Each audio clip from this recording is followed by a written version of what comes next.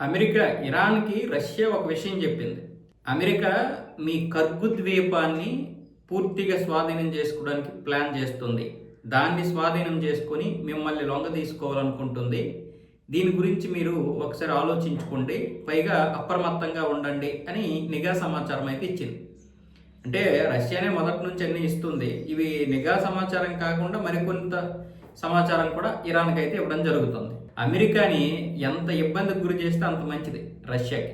అందుకే రష్యా అన్ని విధాలుగా కూడా ఇరాన్కి ఇప్పుడు సపోర్ట్ చేస్తుంది. ఇరాన్ కేవలం స్నేహితుడిని మాత్రమే కాదు, అమెరికా కూడా ఇప్పుడు దెబ్బపడాలి.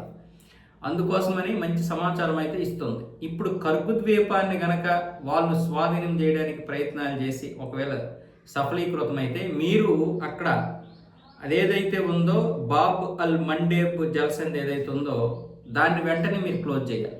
అప్పుడు అది గనక క్లోజ్ చేస్తే ఆఫ్రికా దేశానికి ఇది కట్ అయిపోతుంది. అప్పుడు మనం ఈ ఆఫ్రికా ఖండం చుట్టూ తిరిగి రావాలి, చుట్టూ తిరిగి వెళ్ళాలి. ఎందుకంటే హార్మోజ్ జలసంధి ఎంత కీలకమో ఇప్పుడు బాబ్ అల్ మండేబ్ జలసంధి కూడా అంతే కీలకం. ఇది కూడా చాలా వరకు రవాణా జరిగేటటువంటి జలసంధి. ఇప్పుడు మనం ఇటు ఆఫ్రికాకి ఇటేమొచ్చేసి మన సౌదీ అరేబియా, ఒమను ఇలాంటివన్నీ వెళ్ళడానికి మంచి జలసంధి ఇది. సో ఇది గనక క్లోజ్ చేసేస్తే ఇది ఖచ్చితంగా ఇరాన్ చేతిలో ఉంటుంది. యమన్ దగ్గర ఉన్నటువంటి ఈ యొక్క దీన్ని మేము క్లోజ్ చేసేస్తామని ఇరాన్ ఇప్పటికే ప్రకటించింది. మీరు గనక కర్గు ద్వీపం జోలికి వస్తే ఇదే జరుగుతుందని చెప్తుంది. ఇప్పుడు మళ్ళీ ప్రపంచ దేశాలు భయపడతాయి. అప్పుడు హార్మోజ్ జలసంధిని అది విడుదల చేయకపోవచ్చు.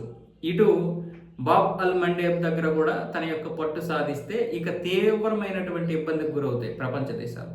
చమురు, మిగతా వస్తువులు ఏవైతే ఉన్నాయో అన్నింటికీ తీవ్ర ఇబ్బందికరమైనటువంటి పరిస్థితి ఏర్పడుతుంది. అప్పుడు అమెరికా మీద మరింత ఒత్తిడి పెరుగుతుంది. అది కూడా ఇప్పుడు అమెరికా ఆధ్వర్యంలో ఉంటుంది. ఇలాగ చేస్తే ఇరాన్ అలాగే చేస్తుంది. మరి దీన్ని మనం ఎలా చేయాలి? ఈ సమస్యను ఎలా పరిష్కరించుకోవాలి? వాళ్ళని ఇప్పుడు కాల్పుల విరమణకి ఎలా రప్పించుకోవాలి? ఇవన్నీ ఇప్పుడు అమెరికా ఆలోచిస్తూ ఉంటుంది.